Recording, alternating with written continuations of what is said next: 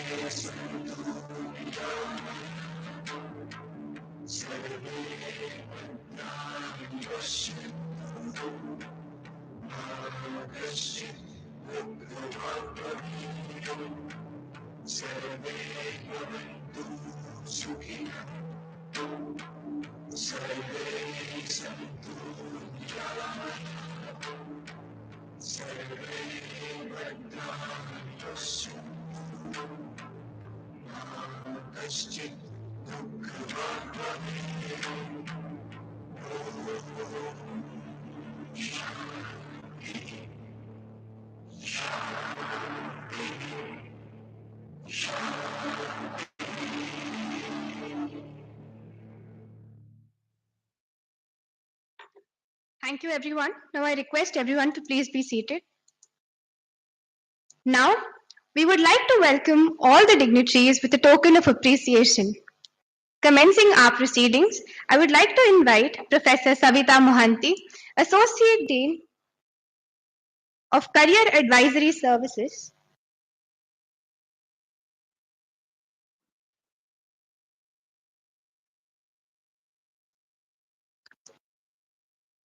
I request Professor Savita Mohanty, Associate Dean of Career Advisory Services, to kindly felicitate our respected Vice Chancellor, Dr. Father K.S. Casimir S.J.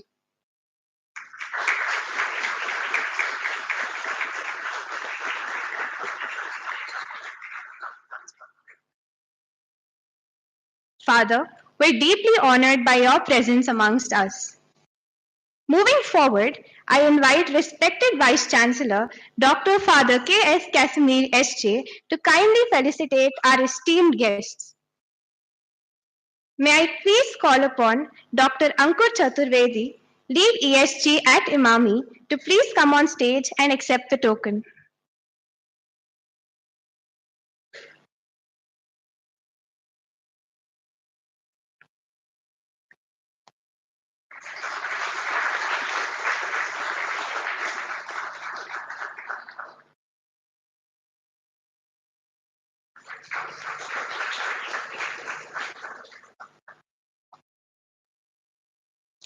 May I please call upon Mr. Ashok Kumar Biswal, Manager Harit Initiative at HCL Foundation, to please come on stage and accept the token.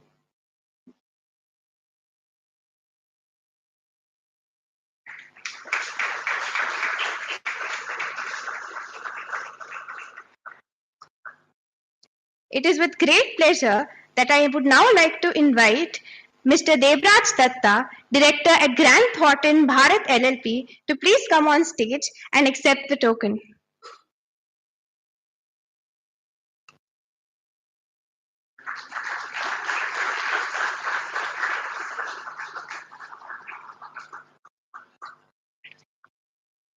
Thank you, sir. I would now request Professor Dr. Sutapapati, Dean, School of Sustainability, to please come on stage to felicitate Mr. Pavan, founder and CEO of Sparrow Risk Management and Sparrow Infinity, to please come on stage and accept the token.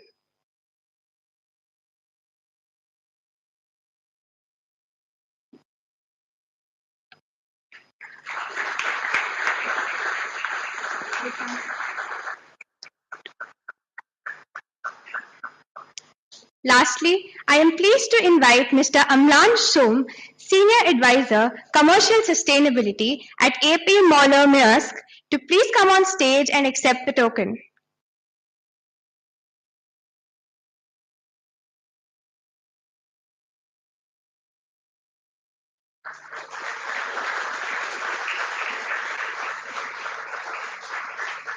Thank you, sir. Thank you, ma'am, for felicitating our guests. Moving forward, I would now like to invite Professor Dr. Vikrant Vijay Patil, Faculty Advisor of Career Advisory Services, to please come on stage. I would request him to please present a token of appreciation to Professor Savita Mohanty, Associate Dean of Career Advisory Services. I request her to please accept the token. Thank you, ma'am. Now, I would request Professor Dr. Sutapapati, Dean, School of Sustainability, to please accept the token of appreciation.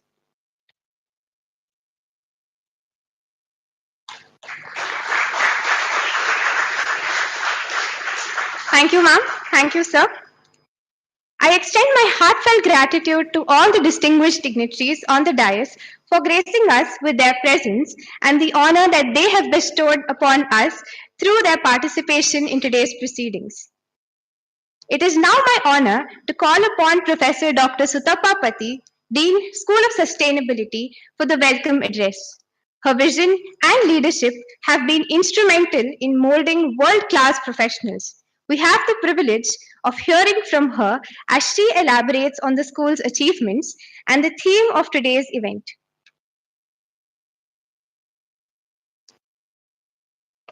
Good morning, everyone.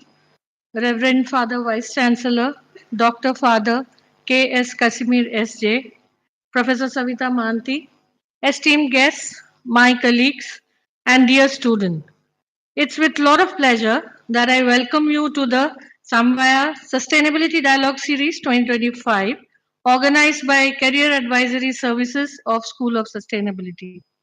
Today, we have with us an experienced and motivated sustainability proponents as our esteemed panelists.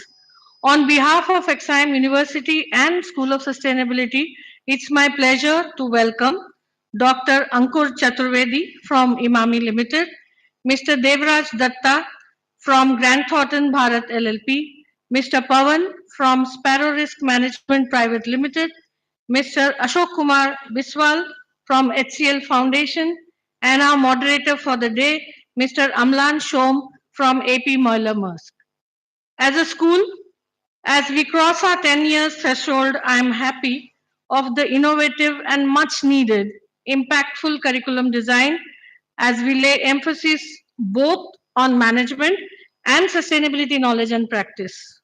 The unique mix of management science, sustainability metrics, and field components allow our students to live intensely and contribute to some of the most extreme environment and social projects across India. The combination of theory and practice enables us to produce graduates who are capable of working at multiple levels and verticals of businesses and beyond. The journey has been difficult, challenging, enriching, and also it has been a collaborative effort. And we are grateful to all our advisors and partners who have strengthened our efforts, steered us through so far, and added their spirit behind our shoulders. Once again, a hearty welcome to one and all to the SDS, a platform to learn, reflect, discuss, and communicate as we still understand and unravel the complex world of sustainability knowledge. Thank you again, and a hearty congratulations to Professor Savita Mahanti and Team CAS for making this day happen. Thank you, Father, for always blessing us. Please keep guiding us. Your first message that you sent was a big milestone for the school going ahead as we enter our 11th year. And SDS has always been special because these dialogues are so much needed for our students' growth. And thank you, dear guests, whatever insights that you'll bring today. God bless us all.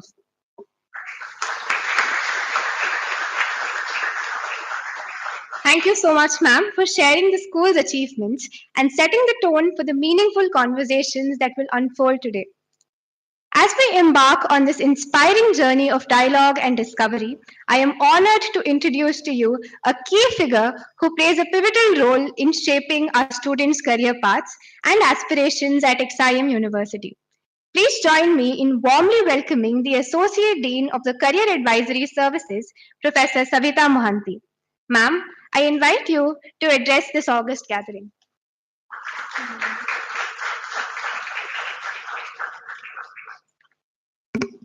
Good morning, respected guests, our revered Vice Chancellor, and our faculty, my faculty colleagues, and our dear students.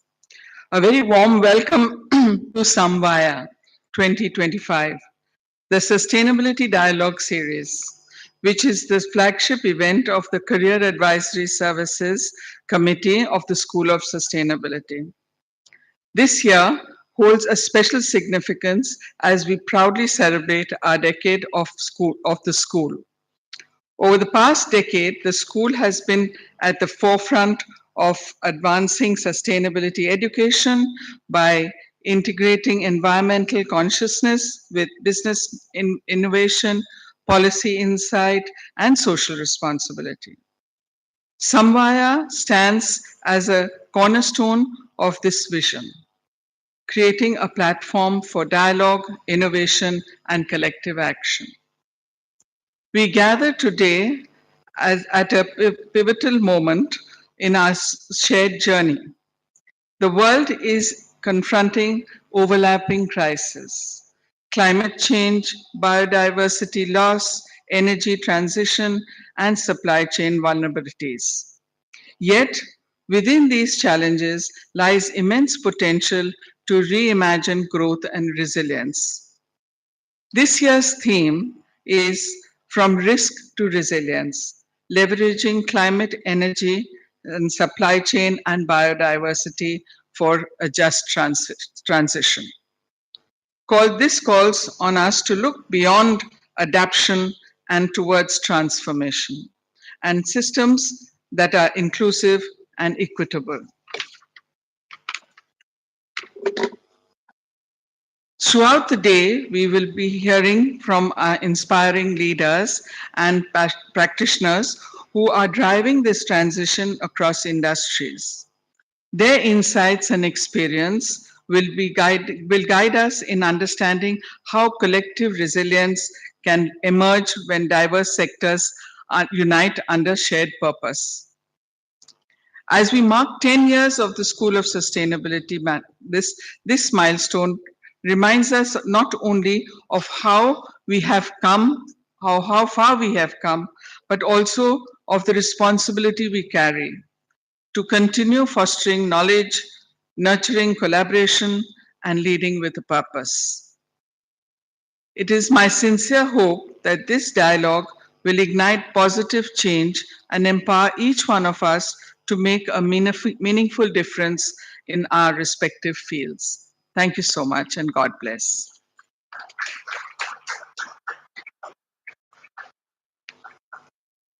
Thank you, ma'am, for extending a heartfelt welcome to everybody. Now, it is my distinguished honor to invite Vice Chancellor Dr. Father K.S. Casimir S.J. Father brings with him a wealth of academic and administrative experience, along with a deep commitment to the Jesuit values of education, innovation, and inclusive growth. Father, we are privileged to have you with us here today, and I warmly invite you to kindly share the words of wisdom. Thank you. Hello. Hello, hello.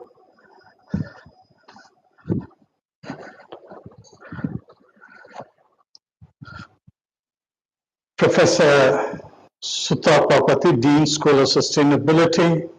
Professor Savita Mohanty, Associate Dean, Career Advisory Services. Dr. Ankur Chaturvedi, ESG Lead, Imami Limited. Devraj Datta, Director, Grant Thornton Bharat LLP. Mr. Pawan, Founder, Director, and CEO, Sparrow Risk Management. Mr. Ashok Kumar Biswal, Manager, Audit Initiative, HCL Foundation. And today's moderator, Mr. Amlan Shom. Mr. Amlan Shom. And my beloved students, it's indeed a remarkable milestone that you have notched up at XIM University. 10 glorious years of the School of Sustainability. So first of all, my warmest congratulations to all the faculty, staff, and the students. Shall we give ourselves a warm round of applause?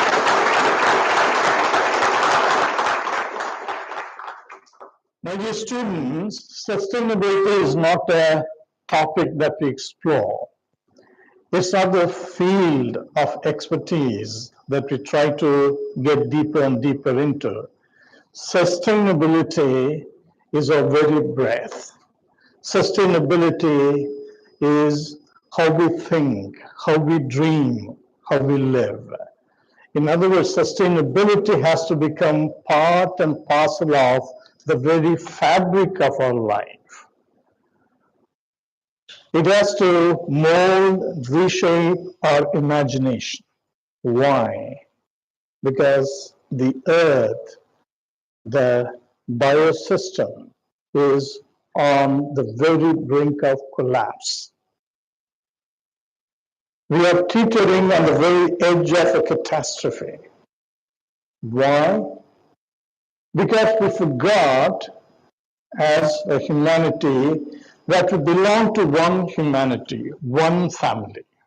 Whether you're born in Russia, or Japan, or America, or South America, we all emerge from the same origin.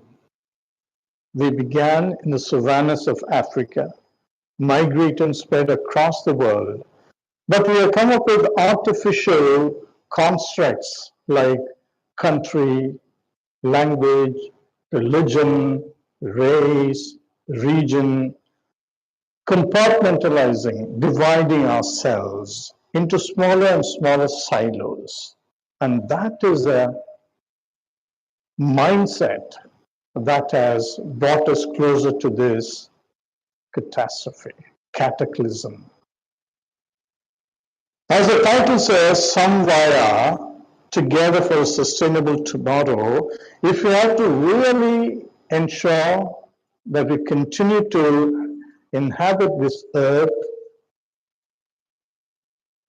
as healthy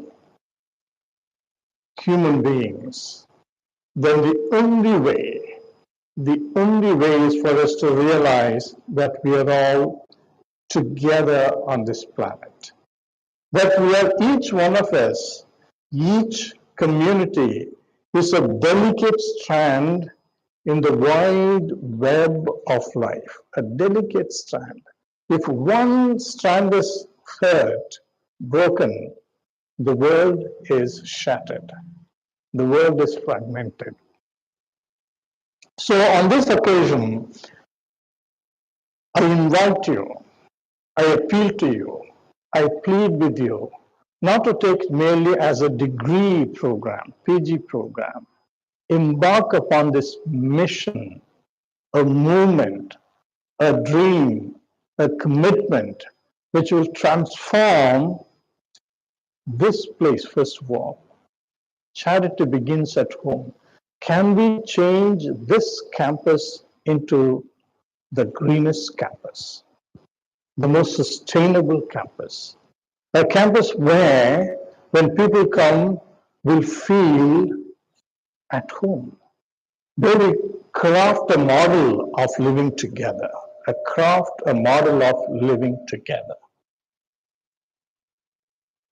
If we have to achieve this, then we need to look into how we live, how we travel, how we consume, how we buy, how we sell, how we teach, how we interact. Every aspect of our life has to be dictated by this dream. In that sense, this school of sustainability is the most important school on this campus. The pivotal force here. As students, transform this. Transform your own room first. Transform your way of life. Transform your hostel. Transform this, your classrooms.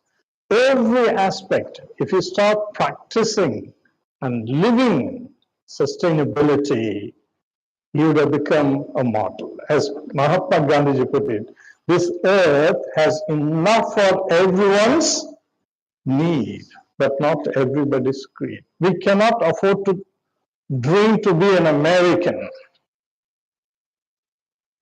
We cannot.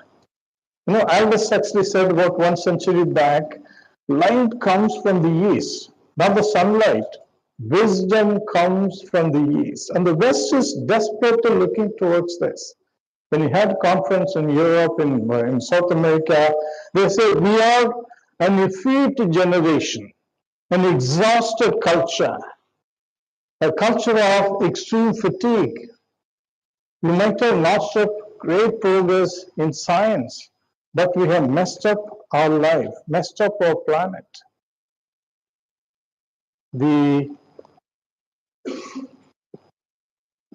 Surgeon General of the United States, I think Mr. Vivek Ramamurthy, the previous week, he said, the greatest disease in America is not cardiovascular disease. It's not cancer. It's not diabetes. The greatest disease is loneliness, isolation, disconnection. In our hunger, in our greed, in our lust for acquiring more and more material things, we have cut ourselves off from one another. A big mansion, a bigger car, a loftier title is not necessarily going to bring us fulfillment, my dear students. If they come your way, enjoy it, but don't hanker after it. Because this earth is a finite planet. Finite planet. It does not have infinite resources. So what do we do in that case? We have to keep this, we need to share. From self-interest, we need to move to shared interest. And that's what the West is looking towards India and the East to learn from. From self-interest to shared interest. From abundance and super luxury for a few to shared prosperity for all, as we heard in the prayers. Shared prosperity. We have beautifully put it, zero poverty, quality education, zero hunger. The world is superabundance of material things. We have never been as prosperous as we are now. Never been as prosperous. You know, Charles Dickens capturing the French Revolution, 1789. You must be aware of the French Revolution. He said, in his, Tale of Two Cities, he described perhaps, great writers can look into the future. They are perspicacious. They have foresight into what is going to happen. He so memorably put it in his Tale of Two Cities in the first part. This was the best of times. This was the worst of times. This was the age of wisdom. This was the age of foolishness. This was the age of incredulity. This is the age of belief. It was a spring of hope. It was a winter of despair. We have everything before us. We have everything before us. We have nothing before us. We have nothing before us. We are all going direct to heaven. We are all going direct to the other way. Where? To hell. And that's what we are facing today. So it calls for not merely an external action, an inner revolution in our mindset, in our dreams. If that happens, then your future is safe. Remember, our life is almost over. We have lived our life, at least more than half of our life. Whereas you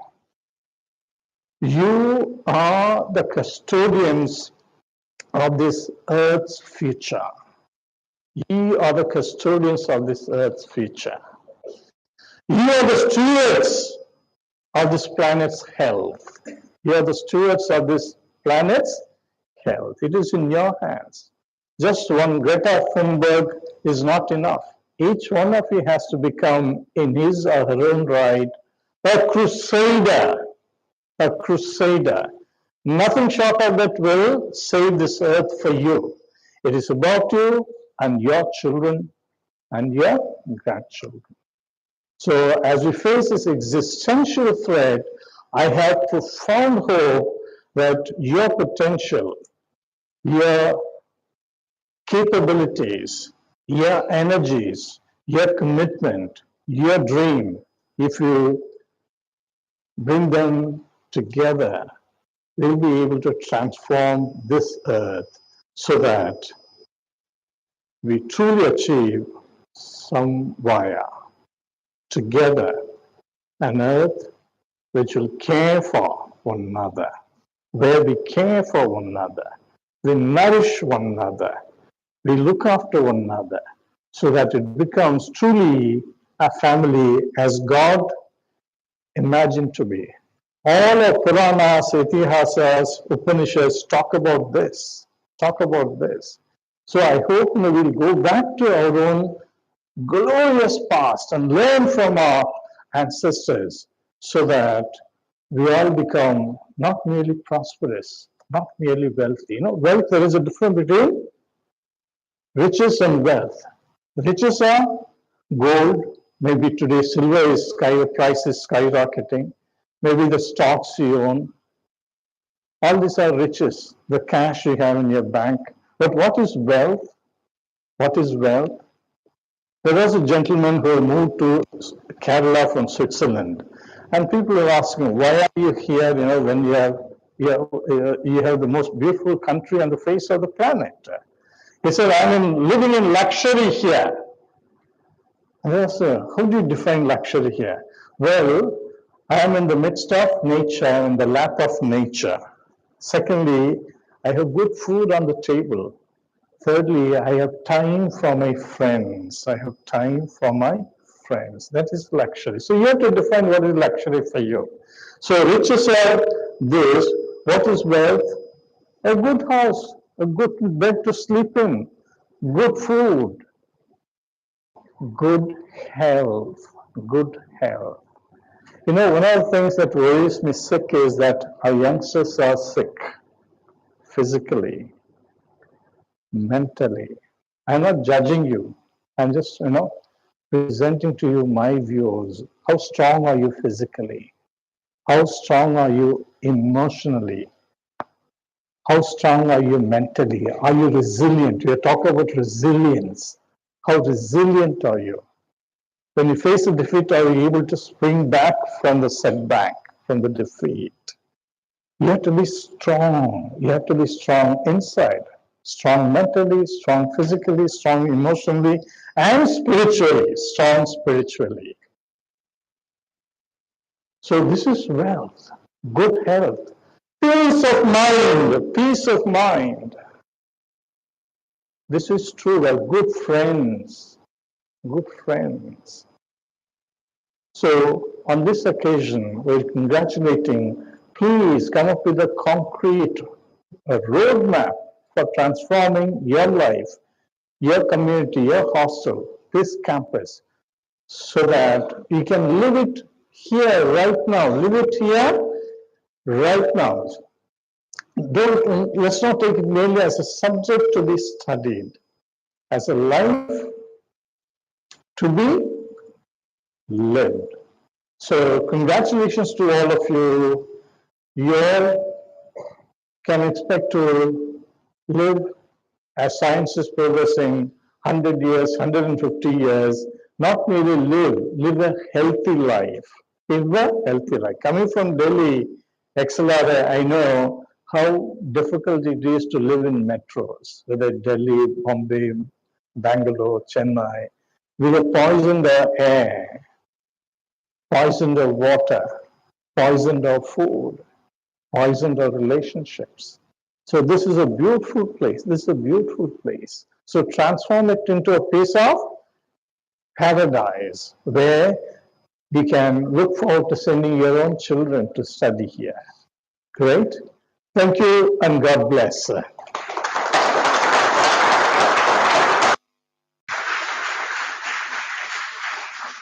Thank you so much, Father, for gracing us with your presence. At this juncture, I request all esteemed dignitaries to proceed to the adjacent room where a brief break has been arranged for refreshments. The forthcoming session is scheduled to commence in precisely 15 minutes from now.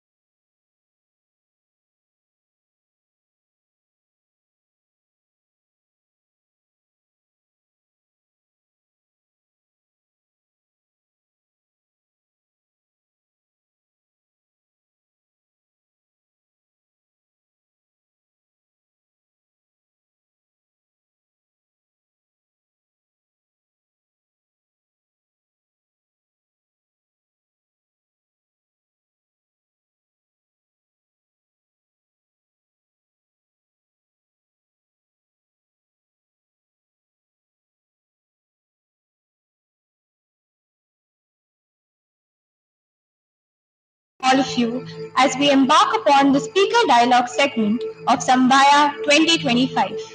The central theme of today's event is From Risk to Resilience, leveraging climate, energy, supply chains, and biodiversity for a just transition. During this segment, I shall be privileged to introduce our distinguished speakers who we will share their insights, and as the event unfolds, we're going to request them to continue and give us insights and knowledge. All our esteemed speakers should please be mindful of the allocated time slots in order to ensure the seamless progress of our program. Without further ado, let us invite our first speaker, Dr. Ankur Chaturvedi, Lead ESG at Imami Limited. Dr. Chaturvedi is a visionary ESG leader spearheading Imami's transformative sustainability initiatives. Following an impactful tenure as the Vice President of HSE, Excellence and Quality, and with over 25 years of unmatched leadership in operations and supply chain management, he has successfully embedded cutting edge ESG strategies and that reinforce Emami's commitment to environmental stewardship in the FMCG sector. An alumnus of prestigious institutions, including the National Defense Academy and IIM Ahmedabad, Dr. Chaturvedi is also a TEDx speaker and published author, bringing a rich blend of expertise and experience to our dialogue today. Sir, I invite you to please come forward to deliver your address.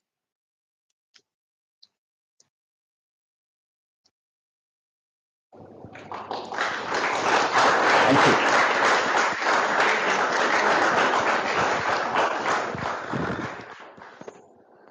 Good morning. So let me first stand on the dais at least for one photograph, then we can talk about other things. So good morning, and before I start, I have permission from the organizing committee to say what I will, but I need a disclosure from everyone that whatever I say here will stay within this room. I will not be quoted outside, otherwise I'll lose my job. And I have a family to feed.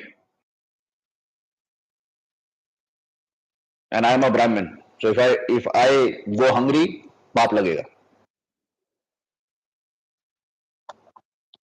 Now, the topic, risk to resilience.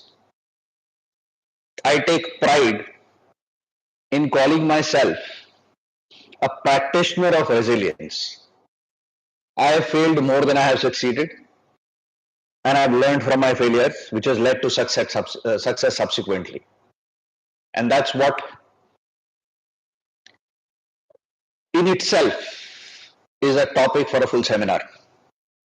Climate, same, very strong in-depth word. Energy, supply chain, biodiversity, and then just transition. All these are good enough for PhD thesis. So when you read this, it is like 5 PhD theses put in a blender and made into a very fine cold coffee. My job here is not to teach you. Your faculty is much more qualified and capable of doing that. My job here is to make sure you enjoy your cold coffee. With that, let us start with this. So, anyone can tell me what is this? Do you recognize this picture?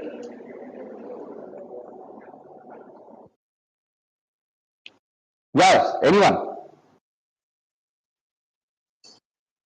You don't remember, already forgotten. What is it? Already forgotten.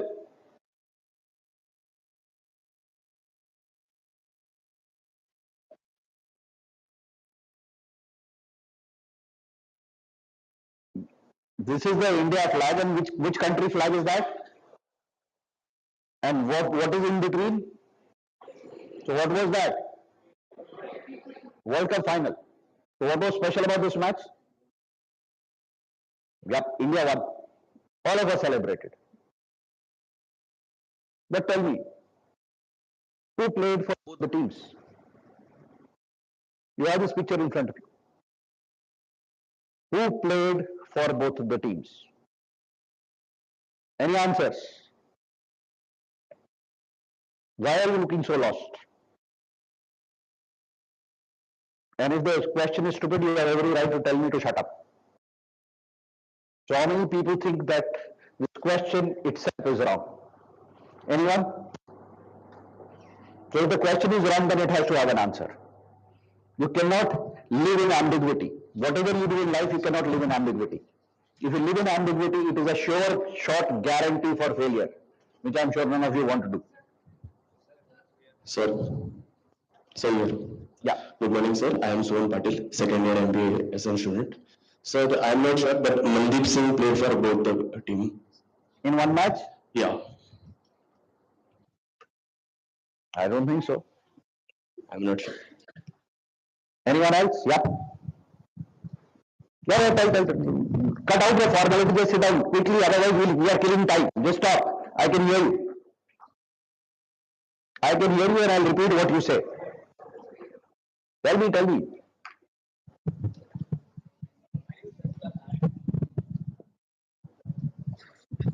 morning, sir. My name is Sasita Nair. I'm a first year student of MBS course at India SM. I believe that climate played for both of them because if it rained that day, both of the teams would have ended draw. Climate was what it is, it was not playing up. If climate had played up, the match would have got abandoned. Climate did not play up on that match. Right? Okay, let's not waste any more time. In general, no one can play for both teams, right? Agreed? 100%?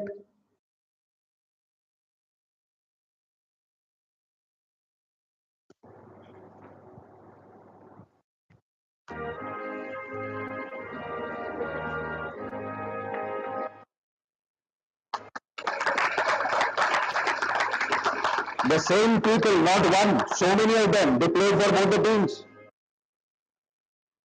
They played the South, right now they're playing the South African national anthem, after that they played the Indian national anthem. So please remember in life, and especially when it comes to sustainability, do not think with preconceived notions. I did not ask you who played cricket for both the teams. I repeated the question multiple times. I never asked you who played cricket for both the teams. But because you had a cricket match, India had won the match, something very close to her, we were convinced that the question is for cricket. That's the problem with sustainability. When we go into business, we think that the business priority is sustainability. No, the business priority is profit. We have to think like that. The moment you start doing that, that will be a problem.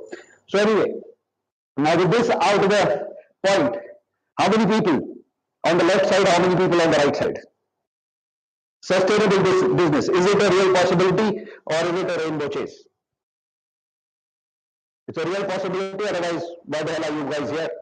Why does this course exist? Why does this campus exist? Right? Everyone agreed that it is a real possibility? Great. Anyone who disagrees? No. Great.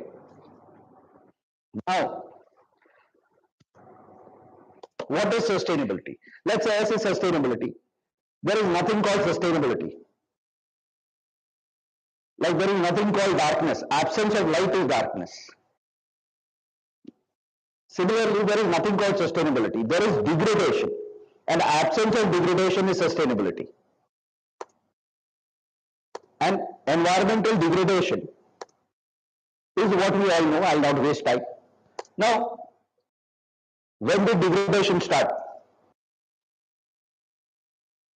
Anyone? Yeah, please.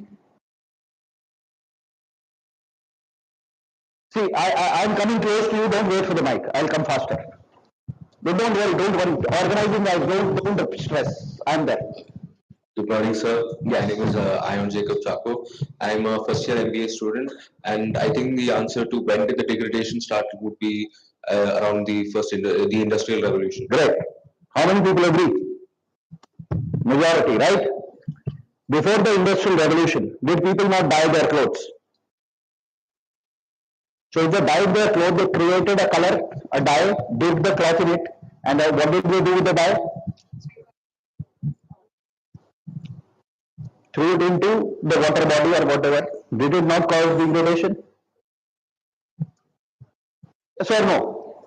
That happened before the Industrial Revolution. And if it happened before the Industrial Revolution, what happened before that? So this is the evolution of society. We are the smart society where we are killing everything, including ourselves. Before that was IT, then the Industrial Revolution. Before that it was agrarian. So you still cut trees, you cut forests to grow vegetables or crops. Before that was a hunter-gatherer society. Now to get to the answer of how degradation began, I called two of my friends, Mr. M.S. Tony and Mr. Rickards. They look familiar, but only I know them. Now you can make out that Mr. Tony is a hunter, Mr. Rickards is a gatherer. They stay in a forest with their family, with their wives. So the hunter hunts whatever he needs, goes back, feeds his family. Whenever the family or he need food again, he goes to hunt again. Similarly with the gatherer, they only take what their family and they need.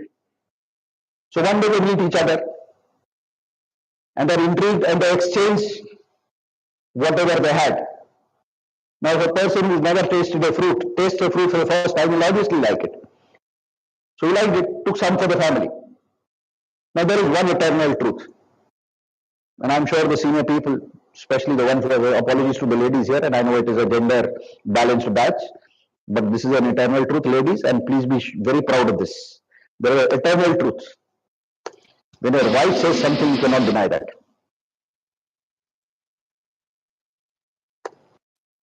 So when the wife tasted it, he said, tomorrow get it. Now a guy who's never climbed a tree, if he tries to climb a tree, what will happen?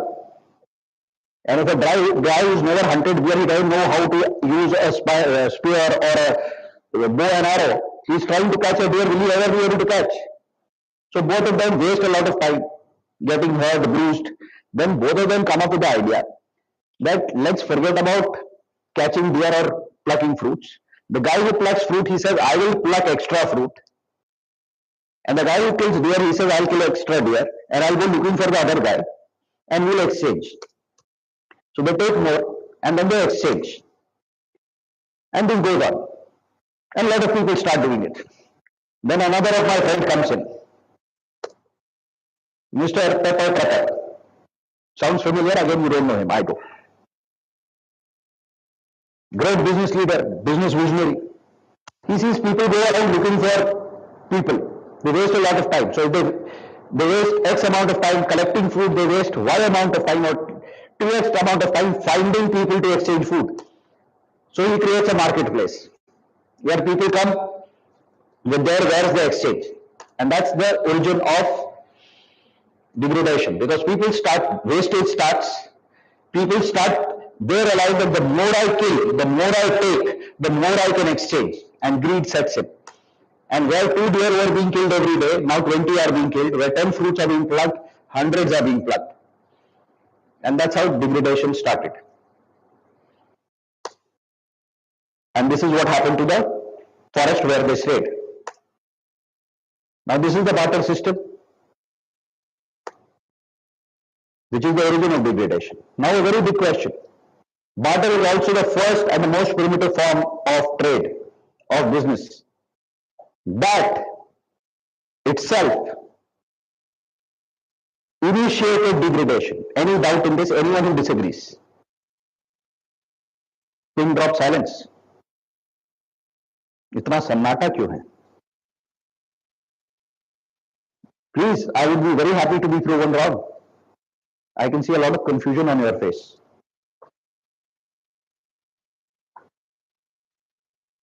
This concept that you started taking more, like Father said, need was being fulfilled. The moment you started trading, you got greedy.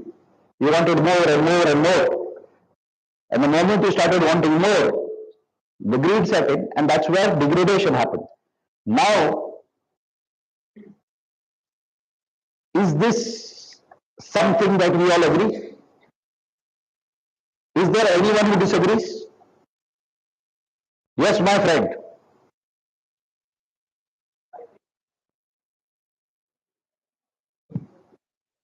No, for by छोटा दिमाग है, binary दिमाग है. No, sir. Binary, digital age. If barter system started degradation, yes or no? Yes. Can I hear it? Yes or no? Yes. Have you ever seen parliament hearing? So what does the speaker say? He puts up a motion and you say A and you say no. And then she says, so this is a similar thing. We are in the same country, our democracy. We need to learn from that. So how many environmental degradation started with the barter system? Yes or no? I can't hear any no. So I presume that we are all convinced. So we can go home. Do we need to have a panel discussion, sir? Do we need to hear anyone else? Do we? Do you need to complete your course? It's not possible. Sorry, sir. And sir, we are also agree.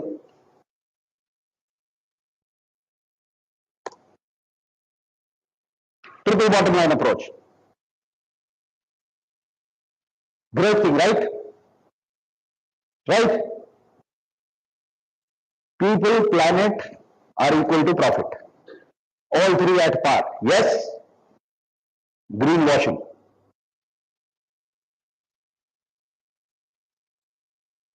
I am alive because I breathe. All of us are alive because we breathe. A business is alive because it creates profit. If it stops creating profit, it will die. How long can you hold your breath? You have to continuously breathe. You can't stop breathing. And how long you hold your breath depends on how much breath you take in. So if I have to hold my breath, the first thing that I have to do is Baba Ramdev. Now, similarly, a business has to have accumulated profit. If it does not have accumulated profit, it will die. And no business will give you a salary if it dies. So to say that anything in business is equal to profit is a lie. It is greenwashing. Business or profit is like what? Is like breathing for humans. Agreed or disagree? Anyone who disagrees? Sir? Sir, can a business survive without profit? Give one example of a business surviving without profit. Business. Simple. A business can survive by killing the environment. A business can survive by being absolutely insensitive to people. But a business cannot survive without profit.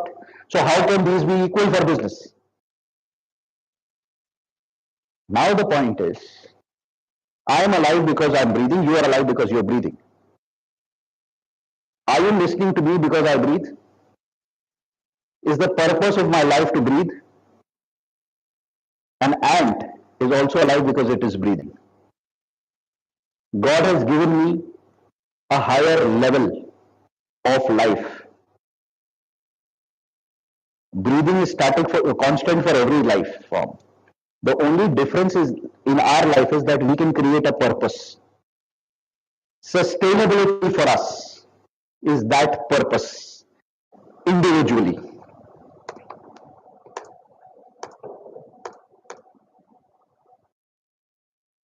I am not introduced, sorry. Sure. Also a technical threshold beyond which you exceed all businesses together. Then obviously, not just the business, but you're putting the entire planet at risk, or at least if not the planet, I mean, it has survived before us, it will so, after us as well. But then the entire humankind at risk, right? So Absolutely. in that case, the two have to go hand in hand. So you cannot simply be optimizing for profits, and there has to be a balance somewhere. As if you're exceeding that limit, there's no point of it. And if all businesses start to think along those lines, it doesn't really make sense. The business. I would like to know of a business which thinks otherwise, which keeps profit behind anything else. One company, one initiative, where they have done something at the cost of profit. One company, one initiative. No, it's, I think, two sides of the same coin, right? So you cannot. No, it's not. It's binary. I'm saying as long as it is profitable, I'll do sustainable. If solar energy is cheaper, I will install solar power. If it is not, let's forget about it. If electric mobility is cheaper than IC engines, it makes viable sense. I will buy an electric car, otherwise I'm happy with my diesel car. Or of course, the government gives me a stick that in NCR region you only have CNG commercial vehicles. That is why you have a commercial vehicle. Otherwise, without the government, how many people, how many companies before electric became viable tried to change their fleets to electric? Electric technology has been there from the 40s.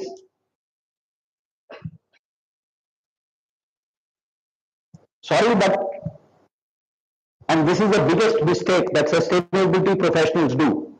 We try to pitch sustainability as the moral high ground where everything is secondary. This is what we have to do. Otherwise, we will not survive. I will die within the next 50 years maximum. Any which way. उतने दिन तो ऐसे चल जाएगा ना. However, why should I bother about anything else? And that is why the problems happen. Because the business profit is for survival today. Again, if you look at the net zero target, what is the Viksit Bharat target for India? Anyone? Sorry? 2045. Viksit Bharat target. What is the net zero target? Why? Why do you want to be Viksit before being neutral? Because a poor man will not bother about sustainability. He'll bother about food. So that is where this thing comes into. So this is convinced? Sir? Sir? Everyone convinced? Picture अभी बाकी है मेरे दो picture अभी बाकी है And that is me crying, by the way. So let's say this is the health of the planet. This is time. This is how degradation started. So we had barter system and it started degrading.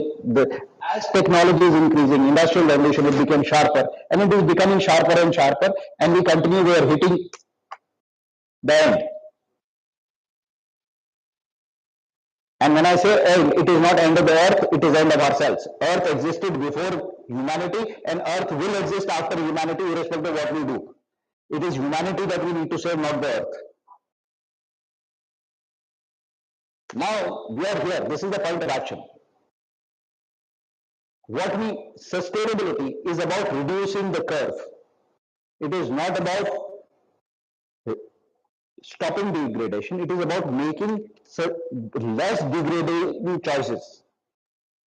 And that is what we need to do. That is what Father was also talking about. You can start with your campus. I did my PhD on integration of SDGs in business metrics. And I can tell you, I'll not bore you with data, I'll share the presentation which you can read, that every time you incorporated sustainability metrics in your operational metrics, they had very positive outcomes. Sustainability forces you to look at options of viable business beyond the conventional thought process.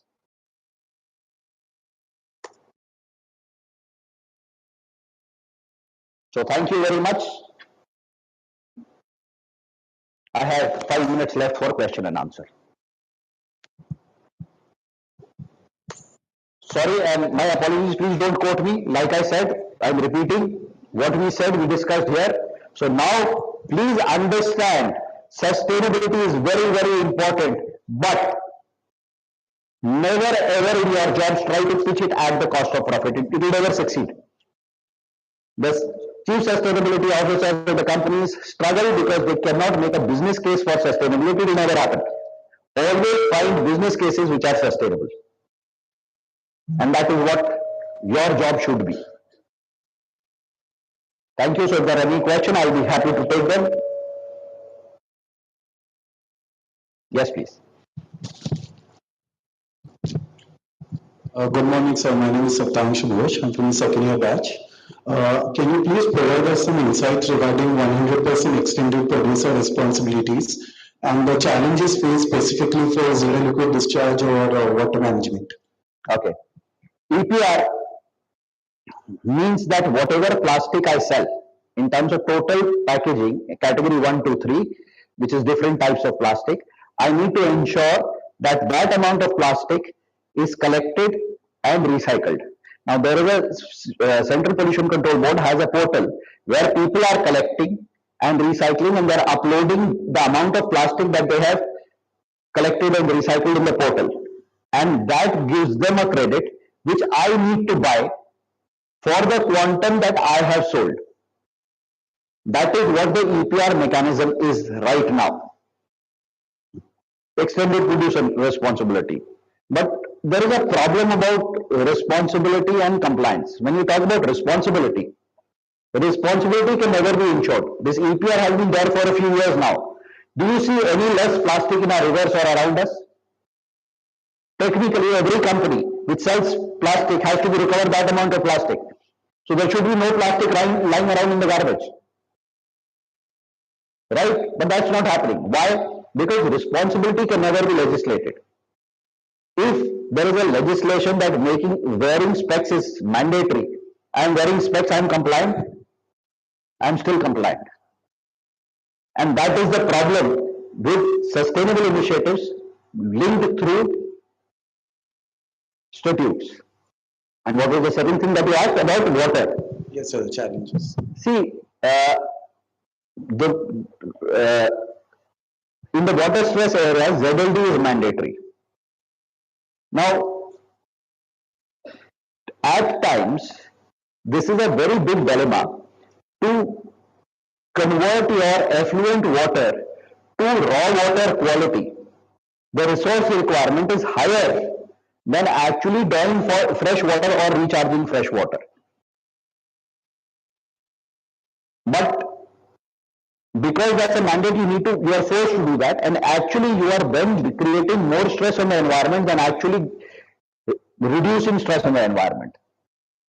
So unfortunately, a lot of people use treated water for gardening and keep drawing fresh water for their process, and they are compliant. I will not say more. I'm sure you understand what I said. Thank you, sir. Yes, please. Good morning, sir. Myself, Shantanu. I'm a first year student of MBSM. My question for you is, in a fast-moving sectors like FMCG, where supply chain is deeply cost-effective, how can company realistically build climate resilience without eroding their competitiveness? They can't. One word answer. I have my friend from Masak here. He has an option of green shipments. Ask him how many FMCG companies in India use it. Only companies in Europe who need to mandatorily comply will do that. So if you are looking at cost, again, as supply chain professionals, as sustainability professionals, it is your job to find that how answer is not there, and that is the opportunity, that is the job available for each one of us here, to find those answers. Sorry to be discouraging, but look at it, that's any unanswered question is an opportunity for you to find the answer.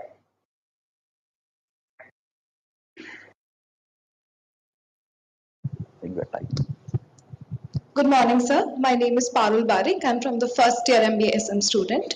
Sir, as you mentioned, that a common man will look for affordability over sustainability.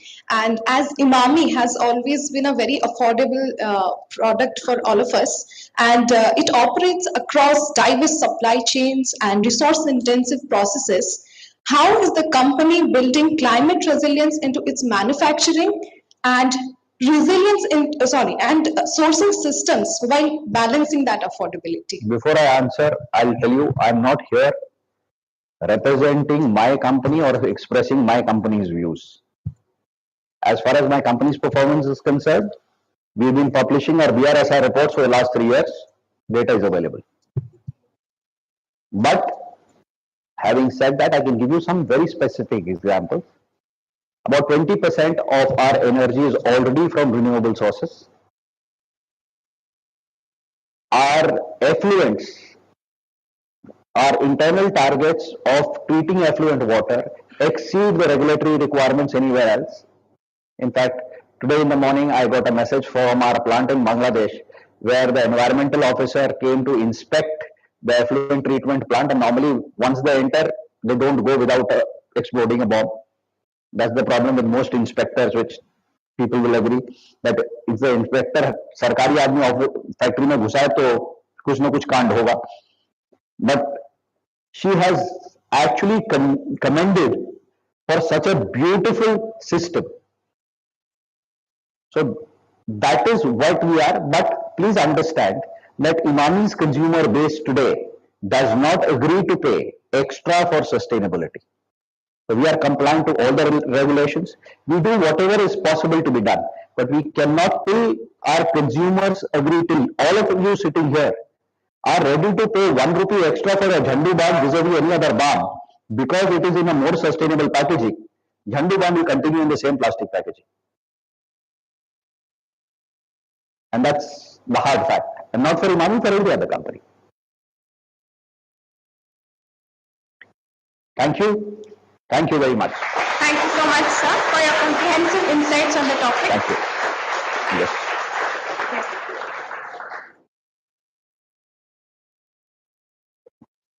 Can you just take it out?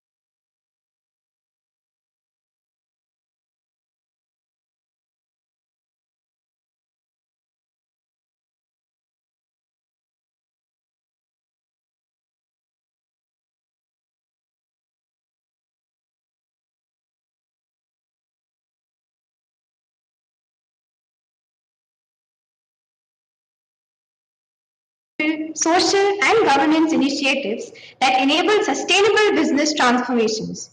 With a rich professional history in strategic leadership, risk management, and corporate governance, he brings invaluable expertise to the table. He is also proud to be an alumnus of XIM University and has previously worked with reputed organizations including KPMG, PwC, NSDC, enriching his perspective on sustainability and governance. Sir, I invite you to please come forward and deliver your address.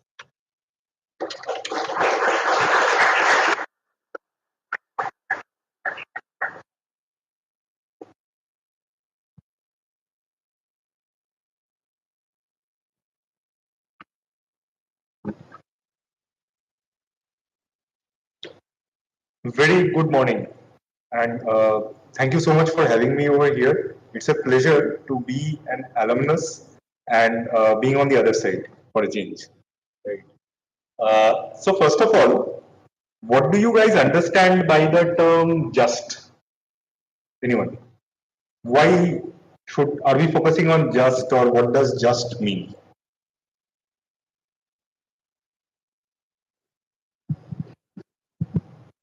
Anything that comes to your mind. You don't need to be technically correct pertaining to sustainability or anything. What does just mean to you? Please go ahead.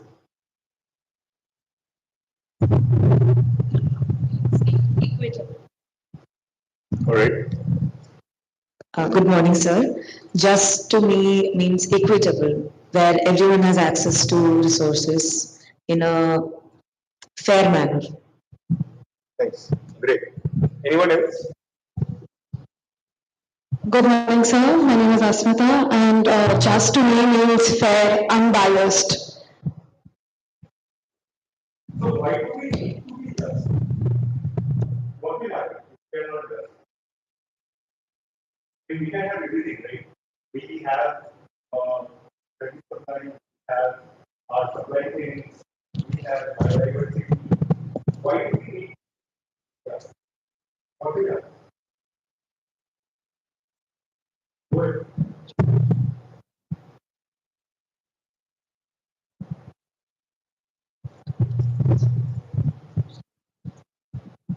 So why do we need to be just?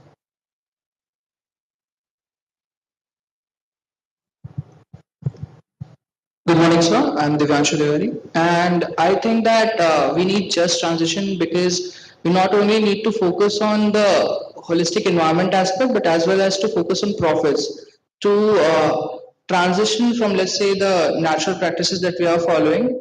If we need to transfer or transition to the renewables or the better future that we are requiring, we need to also focus on profits, not just go green and green, and without focusing on profits, we may incur losses. So both will make sure when we focus on both, then we can say it's the just transition.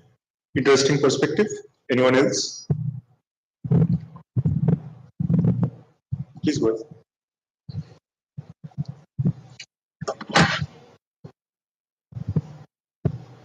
Good afternoon, sir. My name is Ansha. I am from the first year batch of MBSM. I believe just transition is required because if it is not equitable, as my senior said, it would mean that one section of the society receives all the benefits while the other section is left behind. And in that case, that will not result in a very fair society where everybody thrives. Absolutely. Thank you so much. So when Father Casimir was giving his example of hell and heaven, we cannot have a society where someone feels like they are living in hell and someone feels that they are living in heaven, right? So everyone should have the chance to live a good life.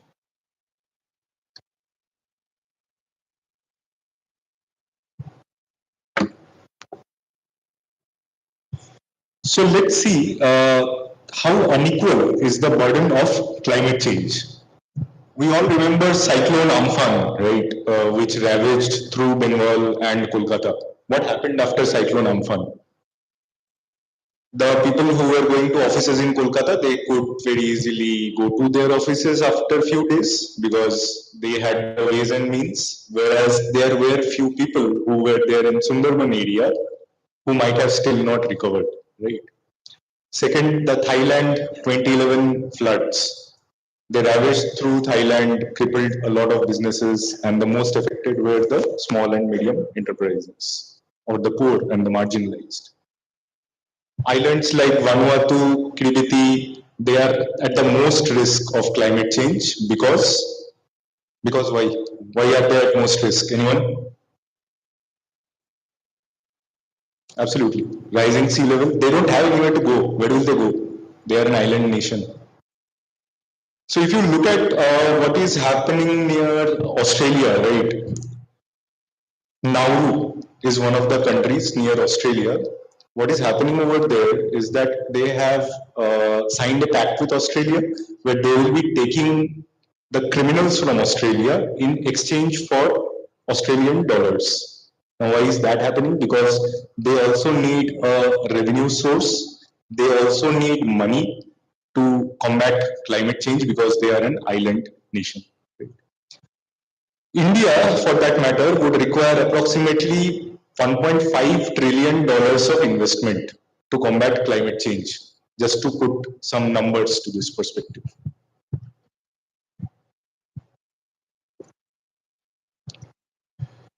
Now, who gets to transition? Right?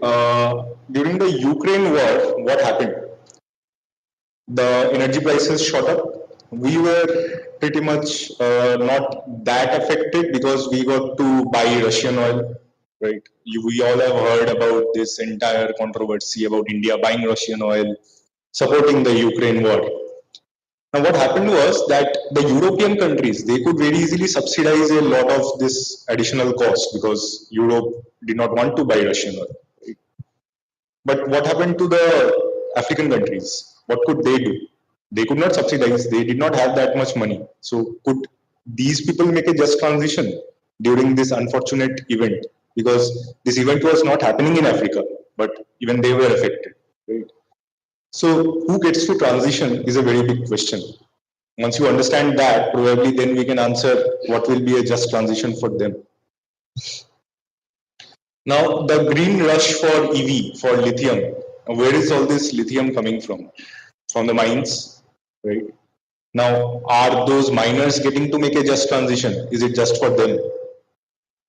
Right? So these are few of the questions that we need to think and answer if we have to look at a just transition. Now, all is not doom and gloom. There is an opportunity where there is a risk.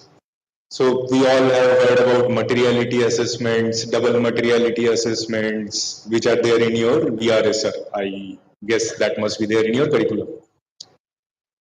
Now, anyone, why do we do a materiality assessment for that matter?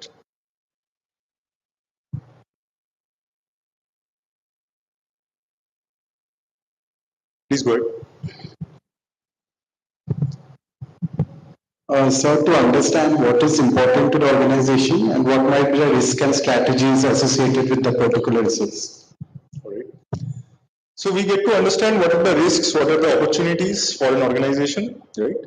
Accordingly, even climate resilience presents a very big opportunity. If you look at the graph over here, the catastrophe bonds, right? They are at a year-long high, right? As of 2024. Throughout the last decade or so, there has never been a demand for catastrophe bonds as was the demand in 2024. And this is a 10% CAGR that we are seeing over here. So that is definitely an opportunity. Sustainability has to be a win-win situation for everyone. Only then, once it makes economic sense, will the insurers be there to finance the just transition? The people who are there to pay the premium, they will think that they are winning and they will sign up for these particular insurance products, finance products, everything will be there, right? So there is a definite economic opportunity. Now, let's look at how can we transform this risk into opportunity. So first is, there are various climate finance avenues. There are green bonds. There are sustainable bonds. Now there are parametric insurance products. Right? So generally what happens is the farmers or the agriculturists, they don't look at crop insurance. Now why don't they want to go for crop insurance? Because they feel that they won't get the sum assured rate in the insurance product. That is what has happened with insurance in many of our cases, that people who provide, they pay premium for a long time, they do not get to enjoy the sum that was assured in the event that there is a calamity. Now, with parametric insurance products, what we see is that in case there is a parameter which is satisfied, for example, 1500 mm of rainfall, right? or 48 degrees of Celsius breached in, say, Rajasthan. In case that parameter is breached, the people who have signed up for that insurance, they will be adequately compensated. They will get whatever has been promised to them. So these are few of the solutions that are kind of considered as a win-win situation, and people are benefited for a just transition. Second, entrepreneurship. So microgrids. Microgrids are also a very profitable proposition for the small village level entrepreneurs who are there to support their own society with microgrids, solar energy. So all of these things, all of these solutions need to be considered when we are talking about making a just transition. Now, building supply chains. So when we are talking about just transition, it's not only the communities or the people who are affected, it's also the companies at large. Because ultimately, as my previous panelist mentioned, it has to be profit first of all, so that the companies can think of making a transition or a just transition. So digital tools like blockchain, AI, these are helping us in kind of making the solutions, making the thoughts available at a much more cheaper scale, at a larger reach. Sourcing locally. So we all know about sustainability reporting, right? Under the GRI framework, we have a component where we have to disclose how much has been locally sourced. So why do we need local sourcing? Because that makes the entire supply chain much more resilient. Right? Supply chains are also restoring their environment. They are looking at natural capital accounting so that they understand what is the exact baseline that they are defending or they are utilizing. Now, harnessing biodiversity for resilience. So, to harness biodiversity, we first of all need to understand what is the exact biodiversity that we need to make resilient. So, for that matter, we have to look at what is our actual baseline. In this respect, SEBI's BRSR was a huge mandate because it forced companies to look at what is their baseline, what are their emissions, what is their water consumption, what is their human resource related disclosures, are they having a huge attrition for that matter. So this entire thing along with the biodiversity helped Indian companies the first time to look at sustainability in a more holistic way, not only sustainability as a silo. Now, there are various other examples that are there in this slide, and this will be circulated to you. Please go ahead and feel free to research more of how biodiversity is getting affected. One of the frameworks that helps in actually accounting for biodiversity is the TNFD framework. Now, what do we need to do so that we can actually make a just transition? First of all, there has to be partnerships and there has to be disruptive innovation. Now, partnerships, how do you think that partnerships can actually evolve? Anyone? What kind of partnerships are we looking at?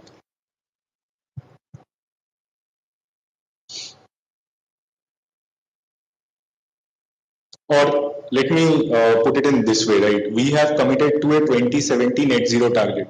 Why not an earlier target? Or what do we need to do if we have to make an earlier transition to net zero? Go ahead.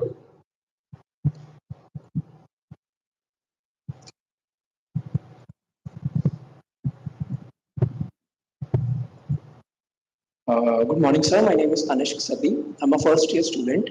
Sir, I believe that with time, the cost of renewable technology gets deteriorated. Like if we talk about solar, it used to be comparatively so much expensive, but with time it has come down. And we need that level of technological advancement that it comes at a lesser cost so as not to impact the economic gains and the economic growth that our country is trying to seek.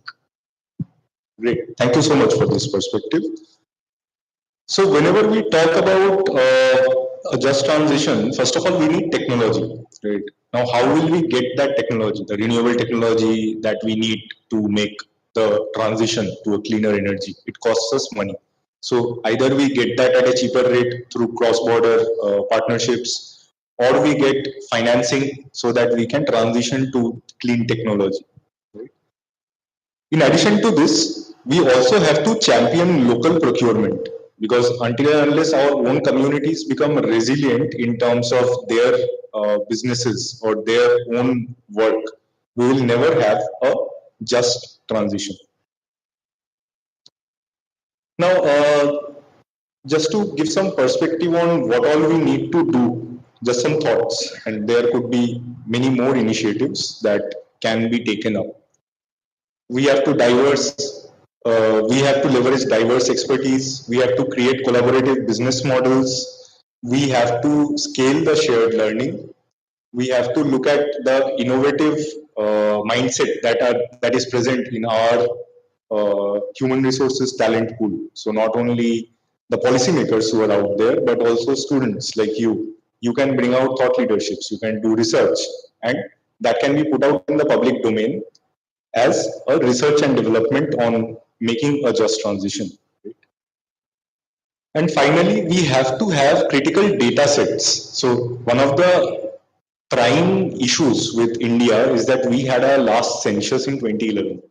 So until and unless we have a data set which is current and which gives us a flavor of what is happening at the ground level, a trustworthy data set which can help us analyze how to look at the baseline, how to make a just transition, the entire research and development will not make a lot of sense. So more resilient, human-centered innovations, broader energy access, all of these are possible if we look at it from a holistic point of view. So thank you so much for this opportunity. In case there are any questions, we'll be happy to take.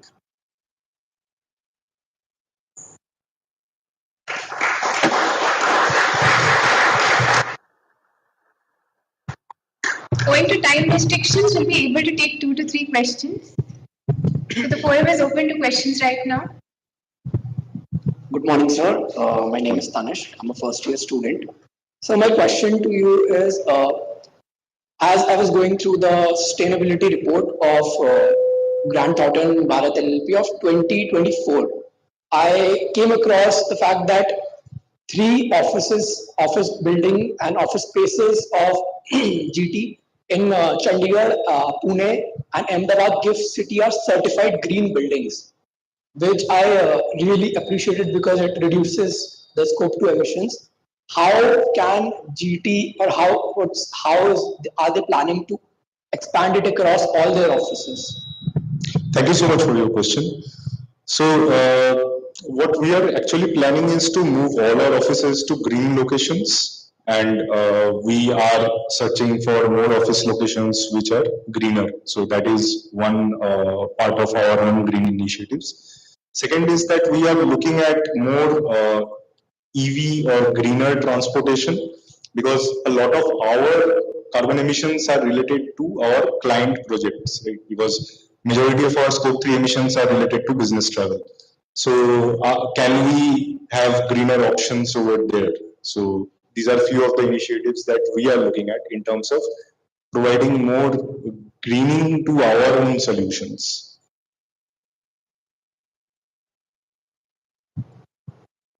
Please go ahead. Good morning, sir. I'm Unaza Abid, a second year MBSM student.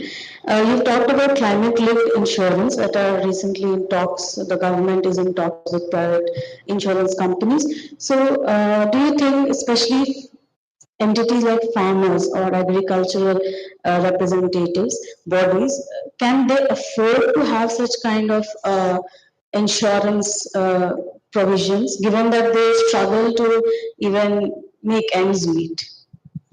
You're absolutely right. So, for these few cases where people find it hard to finance their own premium, right, there has to be a government initiative. So, Nagaland is one of the states which has provided parametric insurance related to climate, and they have also provided the first payout, something like 1 crore rupees, to few of the beneficiaries under this particular insurance product. and the government of Nagaland has actually subsidized a lot of the premium that had to be paid for these beneficiaries, rather on behalf of these beneficiaries. So there has to be a government initiative, like the kind of government life insurance that has been provided in recent years for all the Jan Dhan accounts. There has to be government subsidies which can help the marginalized, the poor, to actually avail of these particular parametric or climate related insurance products. Please go. Good morning, sir. I'm Julius Musumai from second year MBA and Sustainable Management student. Sir, you have mentioned about disruptive innovation. Sir, I wanted to know do you just see disruptive innovation as something which is brought into the hard technology, bringing modern technology that can reduce emissions, or do you also see from other perspective of management of change, or looking into the softer sides, changing the behaviors of the people? Yeah. So the thing is that you cannot bring any kind of technological change to an organization if you do not understand how to bring about the cultural change, first of all. So even in our example, because we do a lot of client servicing, right? We are looking at a disruptive innovation in terms of AI to our own service lines, to our business. That is a huge disruption, by the way. Because you really don't need a consultant. If you want, you can ask ChatGPT for all the solutions. Why do you need a consultant? Now, how do you add value to that? First of all, the organization has to have a mindset where they embrace AI. So if I can embrace AI, if I know how to build solutions using AI, then I am in a better position to defend my job as well as my company, for that matter. Now, coming to the technology part, once that behavior has been inculcated in the organization, then you can look at scaling up the knowledge, the skill level of the existing employees, your workers, so that they embrace technology. Once they embrace technology and they are convinced that they need to embrace technology, you will see them investing in their own learning and coming about with some very nice solutions which can further help the organization move ahead in the disruptive value chain. Okay, sir. Thank you, sir, for delivering such a captivating address and helping us understand how partnerships and disruptive technology can help us move towards a just transition. It gives me immense pleasure to welcome our next speaker, Mr. Pawan, founder and CEO of Sparrow Risk Management and Sparrow Infinity. An alumnus of Vellore Institute of Technology with a BTech in Electrical and Electronics Engineering, he has led Sparrow since its inception in 2012 to become India's foremost innovation powerhouse, successfully executing over 2,500 projects across 16 countries. Mr. Pawan also pioneered Industry Operating Systems, India's first manufacturing digitalization platform, which has set new benchmarks in operational excellence and sustainable transformation. Prior to this, he also gained valuable experience as a manager at Cholamandalam MS Risk Services for 4 years. Sir, we are honored to have you here. And I invite you to please continue with your address. Thank you.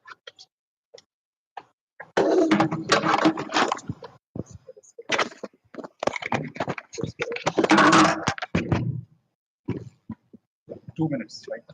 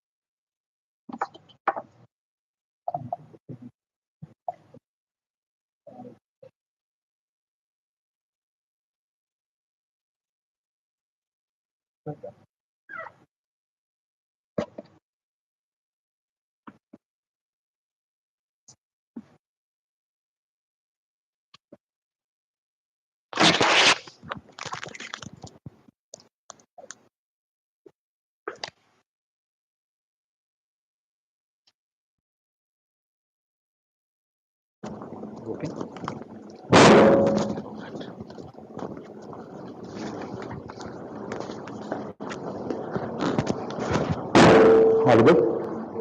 All right. So, good afternoon. Exactly 1 past 12. दुनिया में दो तरह के लोग होते हैं, तो कंपनियां भी दो तरह की होती हैं, right? Number one, where you think of a problem, right? Solve कैसे करना है, क्या करना है, इसको can reduce the volume. Alright, so better now? Okay. So there are two types of set of companies, people, everyone. Like one thinks of a problem, then ask relevant questions, how, why, all the stuff. Second set of people who actually solve it, apply maths and science. ESG may be said.